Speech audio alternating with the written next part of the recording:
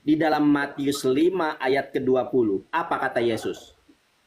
Apabila keberagamaanmu tidak lebih benar dari keagamaan orang-orang Yahudi, kalian tidak akan masuk surga.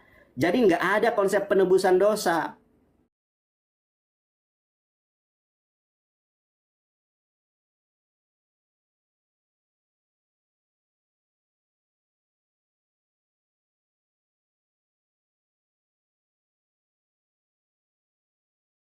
CTS Masya, mantap.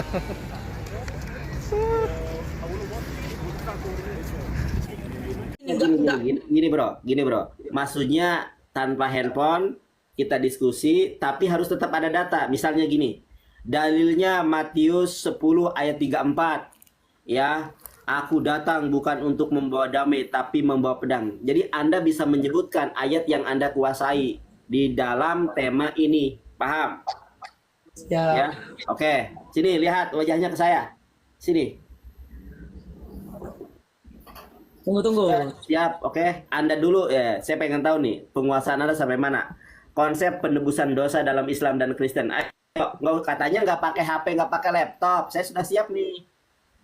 Ya gimana? Ya, oke siap. Saya itu nggak hafal ayat nomor ayatnya itu nggak hafal. Iya. Ya sudah. Intinya nggak pakai laptop. Makanya saya perbaiki dulu data begitu. Katanya siap. Udah gini Kamu aja. hafal ya Quran? Data-datanya kamu hafal. Hadis kamu hafal. Saya kasih. Hafal. Sekarang oke, siap apa enggak? Tanpa HP, tanpa laptop, kita diskusi pure sesuai dengan ada yang di otak.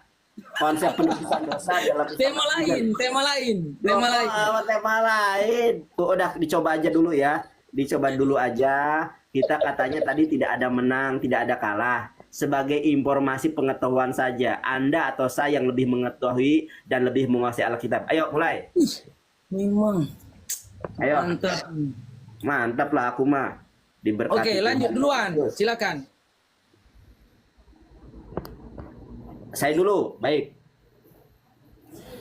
Bismillahirrahmanirrahim. Assalamualaikum warahmatullahi wabarakatuh.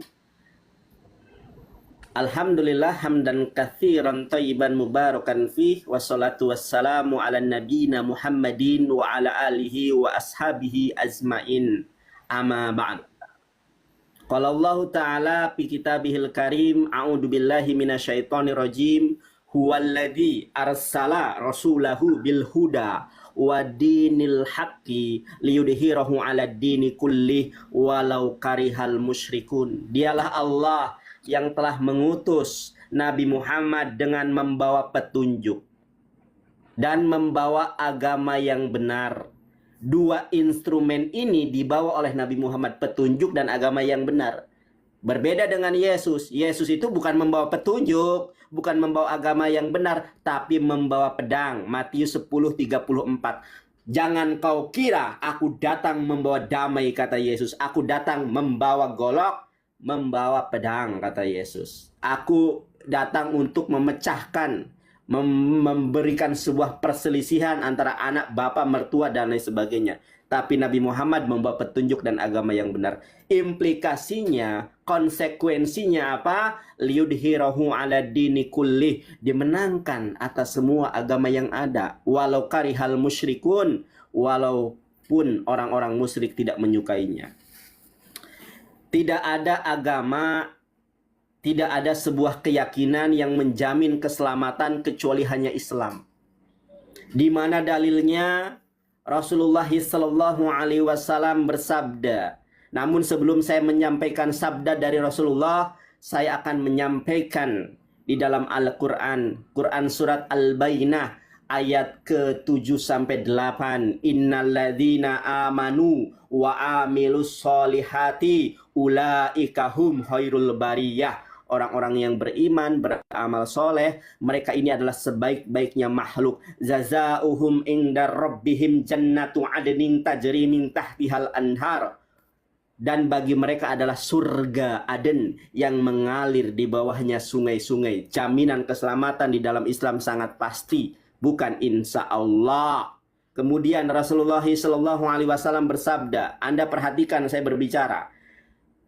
Rasulullah Shallallahu Alaihi Wasallam bersabda di dalam sebuah hadis yang sahih, kullu ummati yadkhulunal jannah. Setiap umatku itu masuk surga, illa man aba, kecuali orang yang gak mau masuk surga. Para sahabat bertanya, mahya aba ya Rasulullah?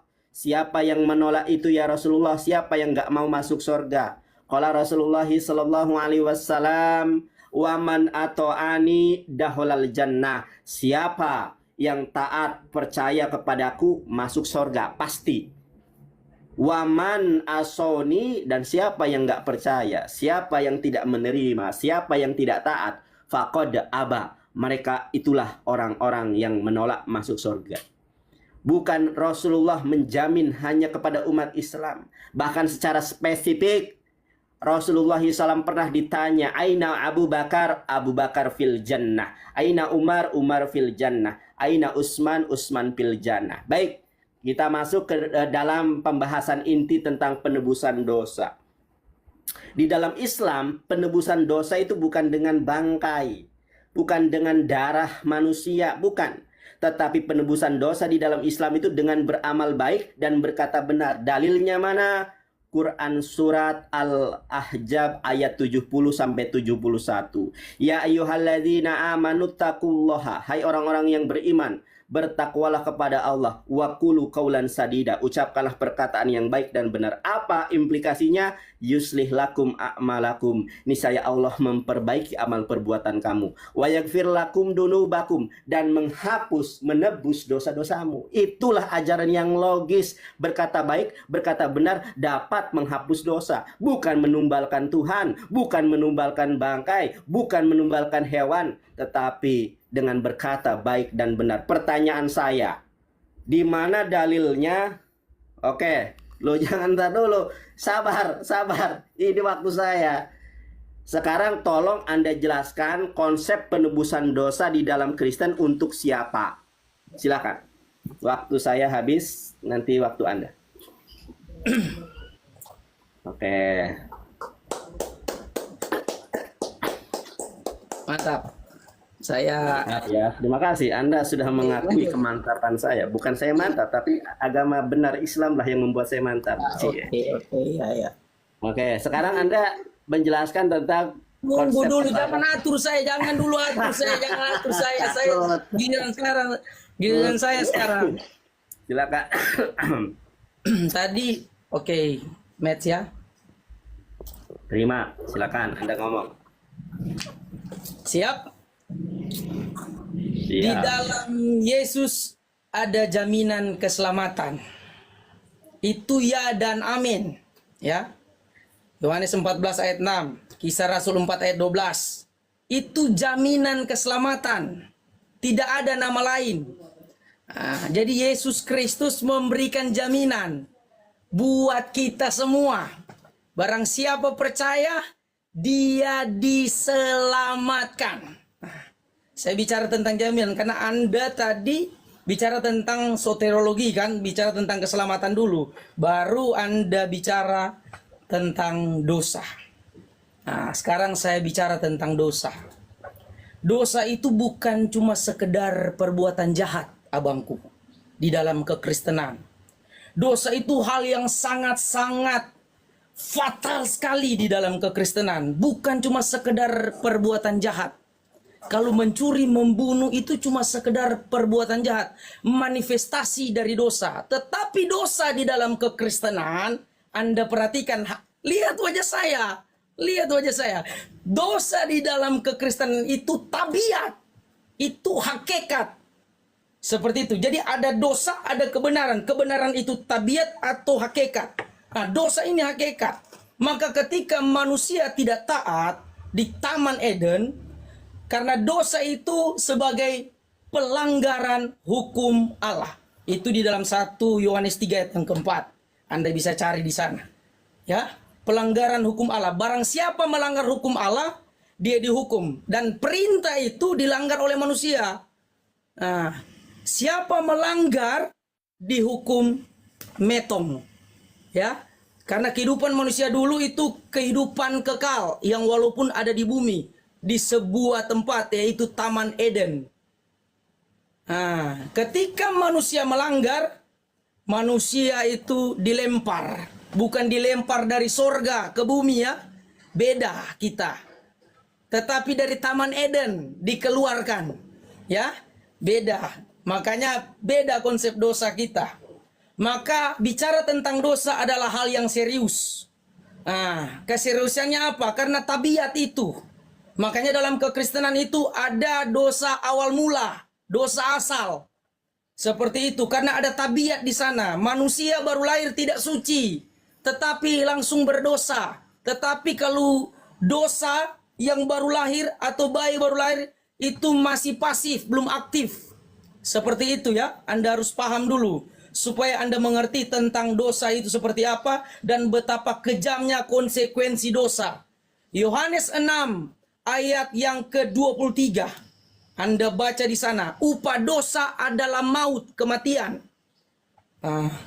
Roma 3 ayat 23. Anda baca di sana.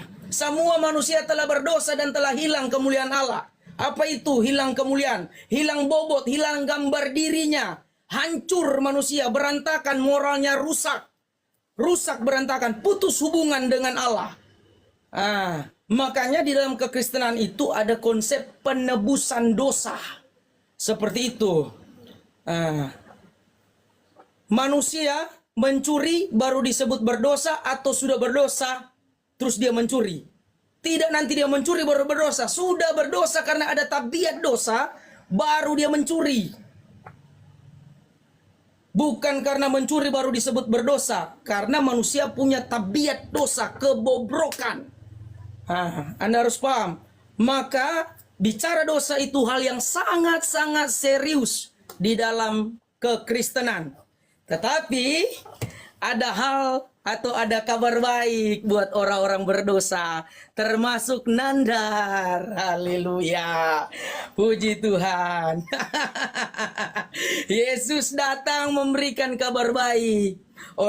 Orang yang berdosa seharusnya itu menerima hukuman mati, hukuman kekal. Haleluya. Itu hak prerogatifnya Allah. Tidak ada yang bisa membantah Tuhan. Tidak ada. Ini saya bicara dengan narasi Alkitab. Hak prerogatifnya Tuhan. Tetapi Yesus datang menebus dosa. Dia datang sebagai manusia. Di dalam diri Yesus ada dua natur. Natur manusia, natur Allah. Allah itu hanya sebagai jabatan di dalam kekristenan. Bukan proper name. Ya, ingat. Haleluya. Yang ada di atas kayu salib, manusia dan Allah. Yang mati siapa? Yang mati adalah manusia untuk menebus dosa Nandar dan saya. Habis. Oh, siap. Oke, ya. Oke. Kemarin saya main slow dengan kamu ya, sekarang. Oke. Jangan pakai lirik buku. Jangan Iya, pakai sabar. lirik buku. Waktu saya ini, waktu saya. Iya, Tenang aja, masih banyak sih. siap. Monggo. Ayat yang Anda sampaikan tentang penebusan dosa ini saya lihat nggak ada urgensi dan esensinya. Karena tidak ada urgensi dan esensinya, sekarang perhatikan baik-baik. Jangan sampai seperti polemikus Kristen yang lain, saya tanya apa, jawab apa. Pertanyaan saya, dosa apakah yang ditebus oleh Yesus? Perhatikan ya, pertanyaannya saya tulis nih. Teman-teman yang nonton 300 orang, perhatikan baik-baik. Pertanyaan saya kepada Bapak Pendeta Saksi Kristus adalah, dosa apa yang ditebus oleh Yesus?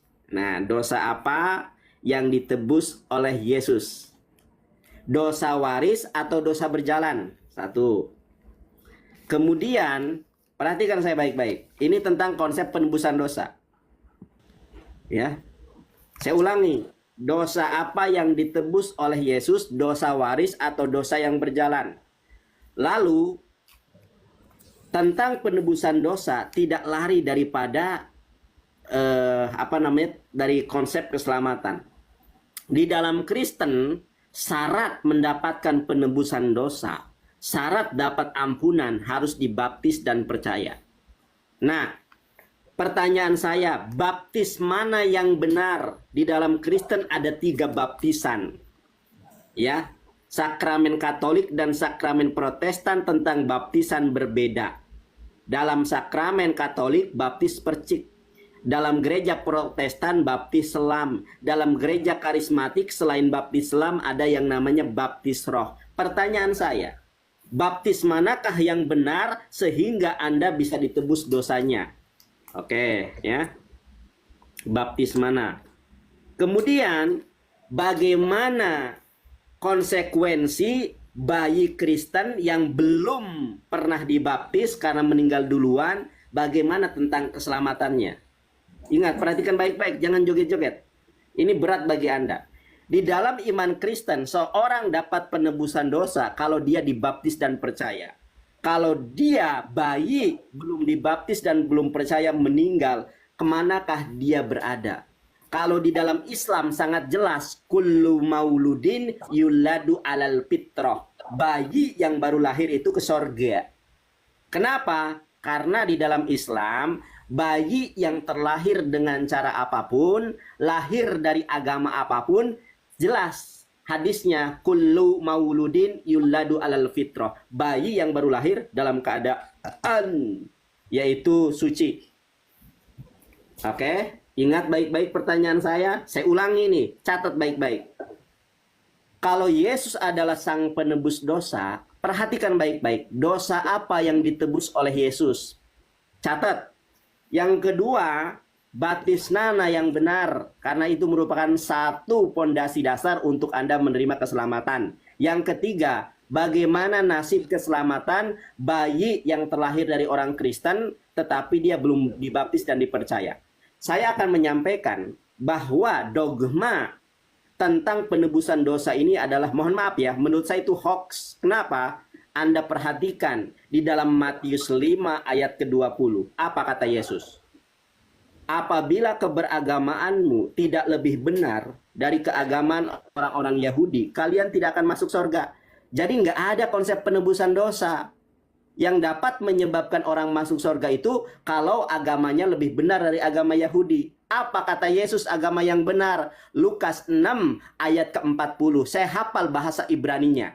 Talmid ainenu gadol min hamoreh. Seorang murid tidak akan sama dengan Yesus.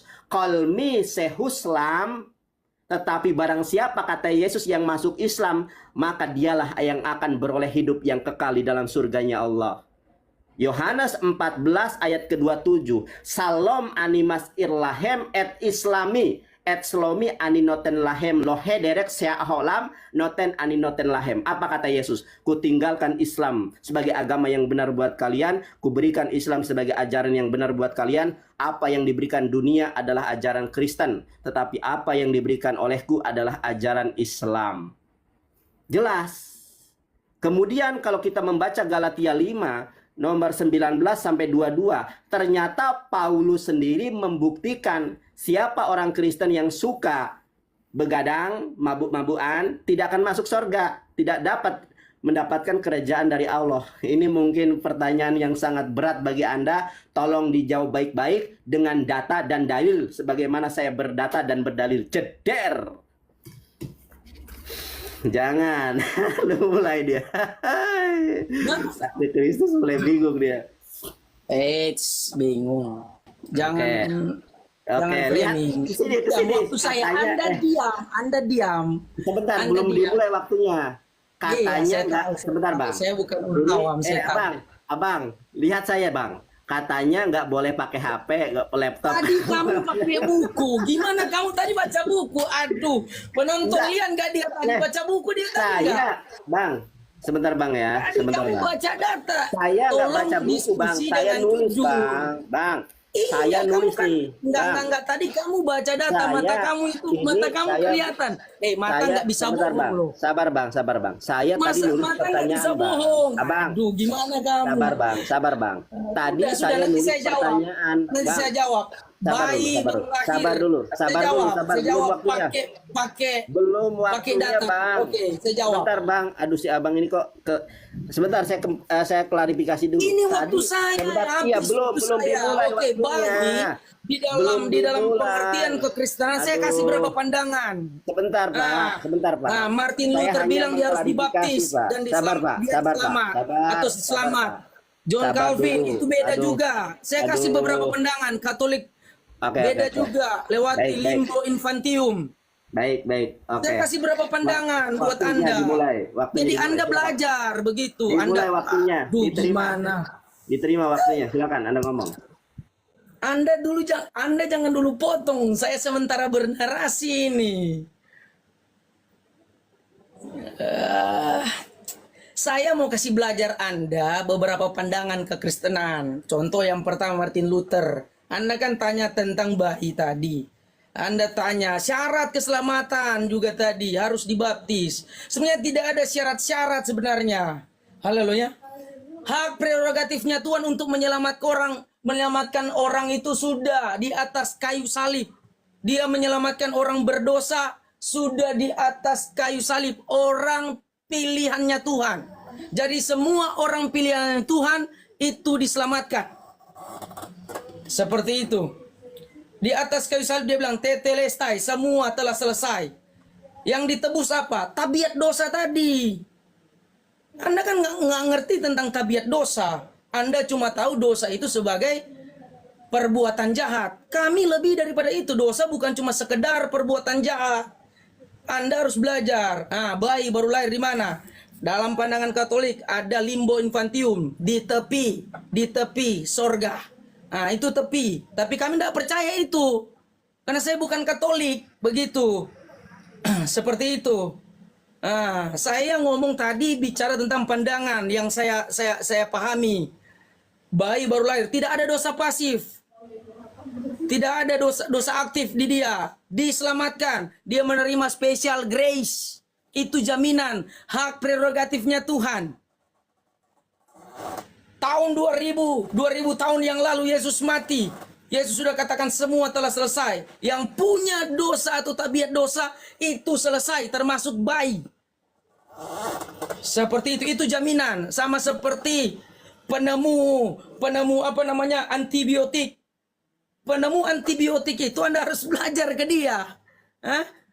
Anda harus belajar. Di perang dunia kedua, antibiotik itu dia dapat untuk menyembuhkan orang-orang yang sakit. Apakah tidak berfungsi sampai hari ini? Berfungsi. 2000 tahun yang lalu Yesus menebus dosa, dia katakan tetelestai, semua telah selesai, termasuk dosa Anda, Nandar. Jadi Anda itu ditebus oleh Tuhan Yesus. Anda ditebus oleh Tuhan Yesus karena termasuk Anda itu orang pilihannya Tuhan. Begitu. Tapi kalau Anda menolak, ya berarti sunaidesis Anda. Ini pandangan yang kedua. Anda punya sunaidesis, hati nurani yang punya akal dan pikiran, begitu. Atau punya akal dan pikiran. Sunaidesis itu, Nandar. Anda harus ngerti. Di dalam sunaidesis itu ada panca indera yang bisa mendengar, yang bisa melihat. Anda bisa memilih juga di situ. Ada pilihan Anda di situ. Oh, baik dan buruk. Saya cuma memberikan Anda jaminan yang Yesus berikan kepada saya. Jaminan keselamatan. Karena saya tahu diri saya itu berdosa. Saya tahu juga tidak ada manusia yang tidak berdosa. Maka diberikan jaminan, begitu. Di dalam konsep Anda kan orang Yahudi dan orang Nasrani juga. Di dalam hadis Sahih Muslim 6996. Coba Anda buka di situ. Orang Yahudi jadi korban penebusan dosa di api neraka. Anda baru tahu kan? Orang Yahudi dan Nasrani, bayangkan betapa kejamnya Tuhanmu. Mengorbankan orang Yahudi dan mengorbankan orang Nasrani menjadi tebusan di api neraka. Seperti itu. Jadi kita punya sama dong, begitu. Tapi kamu itu tidak ada jaminan. Jelas-jelas jaminan hanya di dalam Yesus. Kisah 4 ayat 12. Tidak ada nama lain di sana. Yesus berikan jaminan. Yesua Masiah, Mesias, penyelamat. Seperti itu. Ada, mau tambah lagi? Mau tambah? Kalau mau banyak data. Makanya ketika kita sadar diri, bertobat dalam bahasa Yunani, Anda kan pakai tadi bahasa Ibrani, metanoia. Metanoia itu dalam bahasa Yunani itu perubahan cara berpikir atau perubahan pola pikir. Repent dalam bahasa Inggris, menyatakan penyesalan.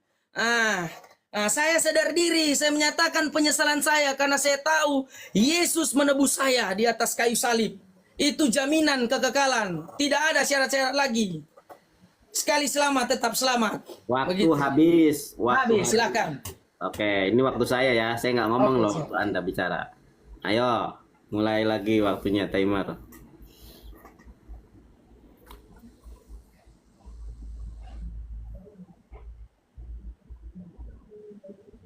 Ayo Pak, jangan takut. Baru timbul. Siap, terima kasih. Diam ya. Inilah teman-teman ya. Di dalam kitab mereka sendiri 1 Korintus 4 nomor 6, jangan melampaui atas apa yang tertulis. Ya, jangan melampaui atas apa yang tertulis. Kenapa? Anda ini seorang gembala loh. Anda berkhotbah di depan mimbar, di depan jemaat dan Anda di mimbar. Tetapi satu pertanyaan saya tidak Anda jawab. Pertanyaan saya, dosa apa yang ditebus oleh Yesus? Dosa waris atau dosa berjalan? Sebentar, diam dulu, jangan apa namanya itu tantrum. Perhatikan baik-baik. Aduh, sabar, ini waktu saya. Anda jangan salah tingkah. Teman-teman, coba perhatikan. Anda baca baik-baik Matius 5 nomor 20. Apa kata Yesus? Yesus yang bilang loh, apabila keagamaanmu tidak lebih benar dari keagamaan orang-orang Yahudi dan ahli-ahli Farisi, kalian tidak akan masuk surga. Artinya apa? Syarat untuk masuk surga itu bukan ditebus, tetapi syarat masuk surga itu memasuki agama yang lebih baik, lebih benar dari agama Yahudi. Tadi saya sudah jelaskan, agama yang lebih benar dari agama Yahudi itu bukan Kristen, karena Yesus tidak kenal Kristen, tetapi agama Islam. Di mana dalilnya? Lukas 6 ayat 40. Hafal ayatnya saya. Saya nggak baca seperti Anda baca ya. Talmid einenu gadol min hamore. Seorang murid ini tidak akan lebih besar dari seorang gurunya. Abal, akan tetapi kolmi sehuslam, siapa yang baru masuk Islam, dialah yang beroleh kasih keselamatan, yaitu keselamatan sorgawi. Yesus sendiri yang bilang, bukan hanya Yesus yang bilang. Di dalam Galatia 5 nomor ke-22, apa kata Paulus? Kata Paulus begini, siapa orang Kristen yang wik, yang mabok, bok, yang berseteru, yang iri hati, pemarah, begini begono. Apa kata si Paulus? Kuperingatkan sudah sejak dahulu, barang siapa yang wik, barang siapa yang mabok-mabokan, siapa yang membunuh dan lain sebagainya. Apa kata si Paulus? Tidak bakal masuk sorga. Jadi kalau melakukan kejahatan tidak masuk sorga, yang ditebus oleh Yesus ini dosa apa? Karena secara empiris, secara sistematis, Yesus menjelaskan, kalau kamu tidak masuk Islam, kamu bakal masuk neraka, nggak bakal masuk surga. Matius 5 nomor 20. Begitupun menurut si Paulus, Galatia 5 nomor 22. Kalau orang Kristen suka wik, suka mabok, suka dan lain sebagainya, tidak akan masuk surga. Tadi saya sudah menjelaskan, baptis mana yang benar?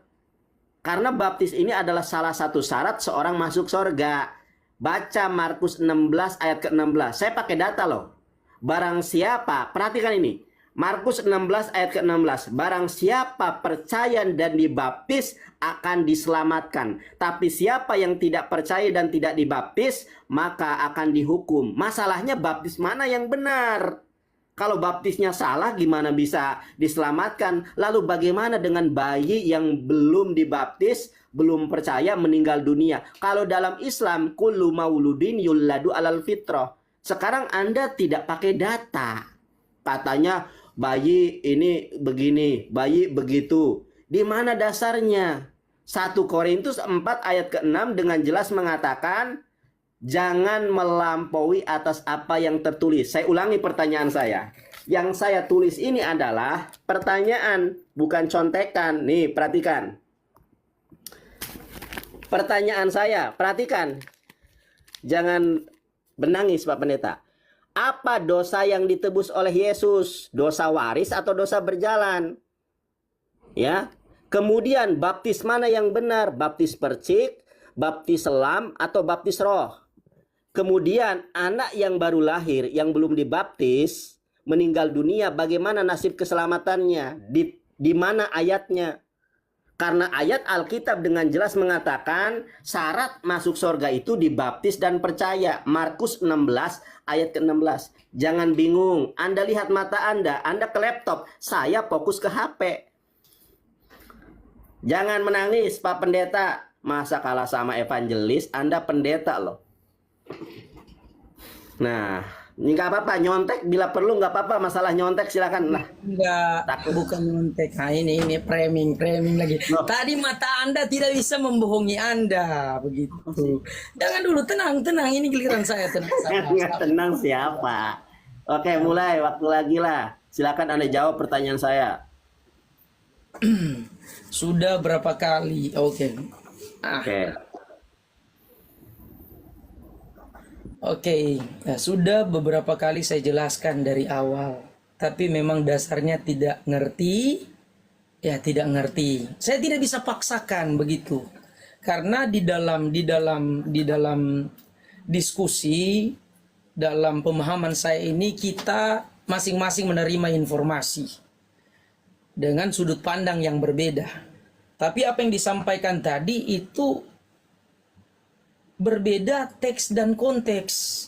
Bicara tentang penebusan, dia bicara tentang Yesus memberikan jawaban kepada ahli-ahli Taurat. Dia bilang tadi, kalau kehidupan agamamu tidak seperti ahli-ahli Taurat, penekanannya di situ bukan tentang penebusan, itu beda konteks. Makanya mesti ngerti teks dan konteks. Teks tidak bisa lepas dari konteks, konteks juga tidak bisa lepas dari teks. Nah, jangan dulu ganggu dengan itu. Tadi saya nggak ganggu. Tunggu dulu. Jangan dulu ganggu dengan itu. Anda jangan dulu ganggu. Saya sementara bernarasi ini. Makanya saya bilang tadi, tunggu selesaikan laptop saya, baru kita sama-sama pakai data. Tapi Anda kan paksa, oke begitu, saya mau, saya ikut setiap apa yang Anda sampaikan tadi. Saya kan ini orang Kristen yang dengar-dengaran. Tabiat dosa Anda nggak ngerti juga. Saya sudah jelaskan dosa itu pelanggaran hukum Allah. Begitu. Makanya ada konsep substitusi, pergantian. Begitu. Kalau Anda belajar, ya, memang pengen belajar, Anda pasti akan ngerti ada tipologi di sana tentang penebusan, korban. Ya, orang-orang Yahudi, saya bukan orang Yahudi, tapi Anda belajar ke orang Yahudi, Anda tanya orang Yahudi, mereka harus mempersembahkan korban. Nah, saya akan bertanya, kenapa Anda mempersembahkan korban? Kenapa? Anda harus mempersembahkan korban. Korban untuk siapa? Korban untuk apa itu?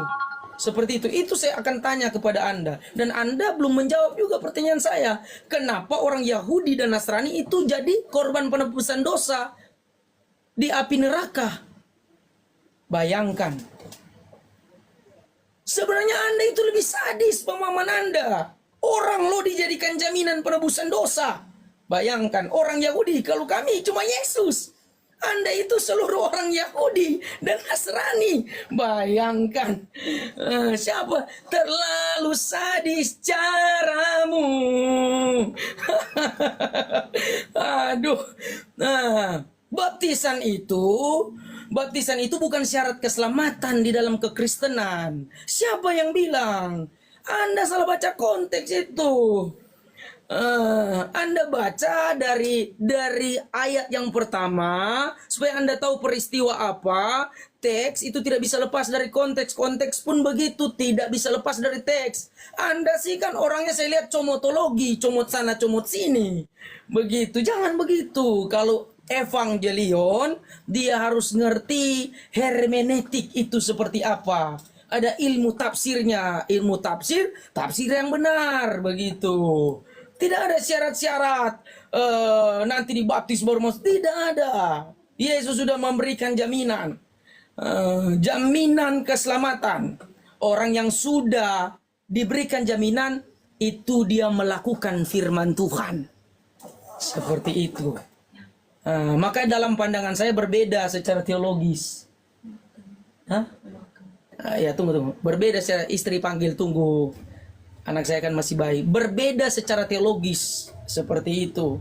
Ya Anda bilang tadi mabuk, minum. Saya bisa berargumentasi pakai pandangan yang berbeda. Saya punya pandangan takdir, punya predestinasi. Saya juga akan menjelaskan Anda tentang free will. Ini saya sementara melatih Anda berpikir kekristenan itu seperti apa, supaya Anda belajar juga. Tidak ada problem di sana sebenarnya. Cuma di dalam pikiran Anda yang problem karena tidak masuk di akal logika Anda. Maka saya mau kasih latih Anda tentang pengetahuan untuk memahami kekristenan. Ada 3 hal Anda harus pahami supaya masuk di logika.